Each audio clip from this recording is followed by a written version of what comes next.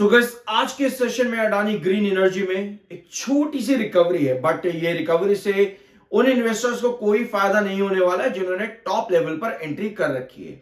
But इस recovery के पीछे बड़े ही प्यारे से रीजन है। अगर आपने पिछले कुछ वीडियोस अडानी ग्रीन के चैनल पर देखे हैं तो आपके लिए बहुत आम बात यहां पर हुई है, क्योंकि डायगोनल पैटर्न ब्रेक डाउन करना आपको पता ही है क्या होता है। और यहां पर आओ, एक बार स्क्रीन पर, बड़ा मजा आएगा आपको देखने में। तो आप वीडियो देखते एक बार, क्लिप छोड़ा पिछले वीडियो का, यहां पर देखना ध्यान से। 25 का बेस रिजेक्ट होने का मतलब पता है क्या है? कि आप 980 पर गिर जाते हो। ठीक है, तो लास्ट वीडियो में हम लोगों ने डिस्कस किया था 1025 का बेस एग्जिट होने का मतलब यह है कि आप 980 पर गिर जाते हो। और अगर आप आज की पोजीशन देखोगे अडानी ग्रीन एनर्जी में, आज का लो कितना है? 980 का। यह है आपका बेस जो लास्ट वीडियो के अंदर अडानी ग्रीन के हम लोगों ने डिस्कस किया था यहां पर। और अडानी ग्रीन ना, अगर आप पहली बार चैनल पर आए हो तो मैं आपको बताऊं कि ये एक प्राइम एग्जांपल है, प्राइम एग्जांपल कि एक डायगोनल पैटर्न क्या होता है। अब आप कहोगे भैया 980 से चलो रिकवरी मिल गई, ठीक है, ये एक बेस लाइन थी जो डिस्कस हम लंबे टाइम से कर रहे थे। अडानी ग्रीन के अंदर डायगोनल का रिजेक्शन होते ही ये लेवल आपको देखने को मिलेगा। अब यहां से रिकवरी हो रही है 1002 पर, इस समय हम बैठे हुए हैं। इसका मतलब क्या है? 1025 आपका रिस्ट्रिक्शन है। बहुत ध्यान से वीडियो को देखना। अब यहां पर क्या अपडेट आई है? अडानी ग्रुप में मूडीज ने अपनी रेटिंग में चेंज किया है। मूडीज ने स्टेबल रेटिंग कर दी है अडानी ग्रुप में। अडानी ग्रुप में स्टेबल रेटिंग करी, उसके साथ में इन्होंने अडानी ग्रीन एनर्जी की रेटिंग में भी चेंज किया है। पहले जो इनकी अडानी ग्रीन को लेकर के रेटिंग थी, अडानी ग्रीन एनर्जी को लेके, वो कितनी थी एक बार यहां पर नोट कर लेते हैं। ठीक है, पहले इनकी BA1 नेगेटिव की रेटिंग थी। अब इन्होंने अडानी ग्रीन एनर्जी में BA स्टेबल की रेटिंग कर दी है, BA1 स्टेबल। तो रेटिंग में एक इंप्रूवमेंट है towards positive direction from Moody's in Adani group and Adani green energy as well. तो ये है आज के दिन की अपडेट अडानी ग्रीन एनर्जी में।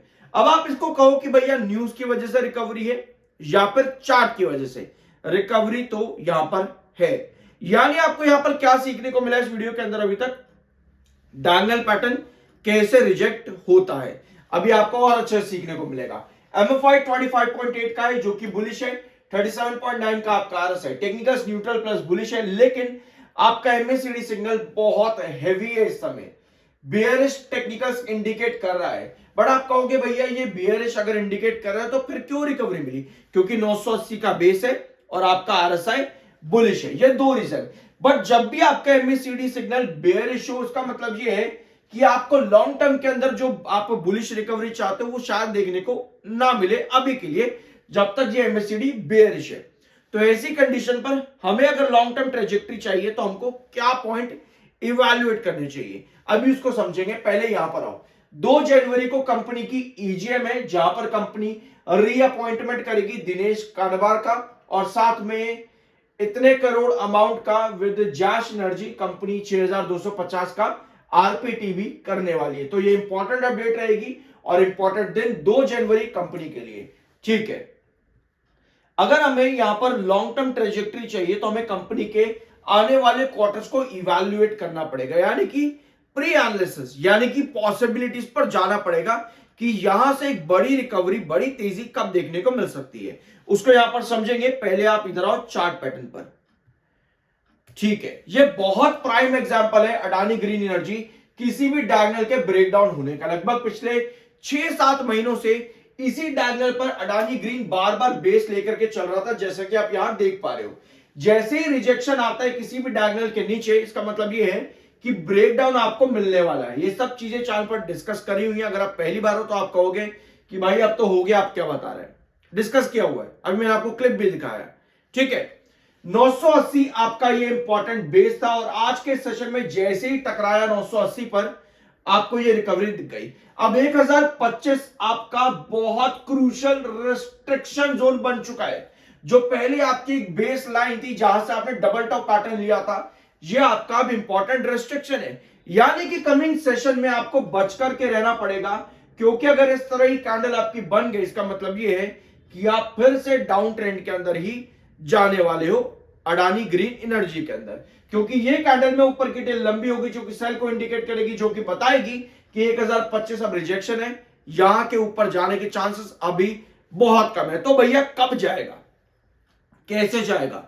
कोई भी स्टॉक लॉन्ग टर्म के अंदर बढ़िया तेजी तब देता है जब उसकी रेवेन्यू में ग्रोथ लगातार देखने को मिल रहा हो।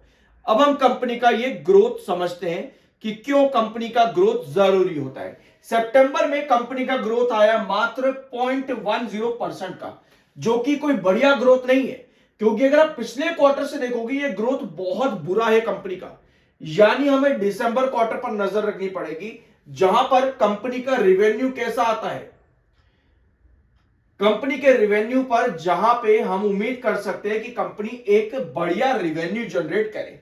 तो अगर दिसंबर क्वार्टर में company around year on year basis पर इंक्रीज देती है कितने करोड़ का, 400 करोड़ का भी इंक्रीज अगर कंपनी ने दे दिया, पिछले साल के दिसंबर क्वार्टर पर अगर कंपनी ने 400 करोड़ का रिवेन्यू में जंप दिया, मतलब कि 2700 करोड़ के आसपास का कंपनी का अगर रिवेन्यू आता है, तो ये ग्रोथ कंपनी का बढ़ जाएगा। यानी कि ईयर ऑन ईयर बेसिस पर कंपनी का इंक्रीज हमको चाहिए होगा रिवेन्यू पर, ऑल दो क्वार्टर ऑन क्वार्टर बेसिस पर कंपनी के रिवेन्यू फिर भी कम ही देखने को मिलेंगे, लेकिन उस कंडीशन पर कंपनी का ये ग्रोथ इंप्रूव हो जाएगा। यानी कि अब हमारी नजर रहनी चाहिए कंपनी के दिसंबर क्वार्टर पर, ताकि आप वापस से यहां पर एक अप ट्रेजेक्टरी ले सको टुवर्ड्स 1150।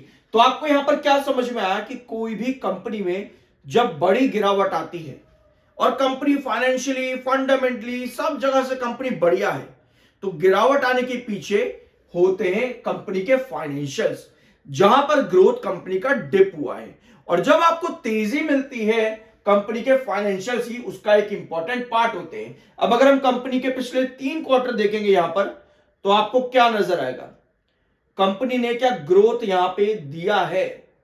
तो ठीक है, ये रही कंपनी की ट्रेजेक्टरी ओवरऑल, और पिछले 3 क्वार्टर के अंदर कंपनी लगभग 780 से आपको कितने तक के रिटर्न दे चुके हैं, 780 से लगभग 1000 के ऊपर तक के रिटर्न यहां पर कंपनी ने दिए, क्योंकि इस ट्रेजेक्टरी पर कंपनी का ग्रोथ भी बढ़ा था कंपनी के रिवेन्यू के एनुअल बेसिस पर। तो यहां पर कंपनी ने ये रिकवरी दी, उसके बाद से वापस से कंपनी ने रिकवरी दी, लेकिन सितंबर क्वार्टर कंपनी का फीका आया, तो आपको अभी तक यहां पर करेक्शन नजर आ रही है। ऐसे में आपको दिसंबर क्वार्टर से कंपनी की उम्मीद रखनी चाहिए, जो कि अभी हमने यहां पर डिस्कस भी करी है।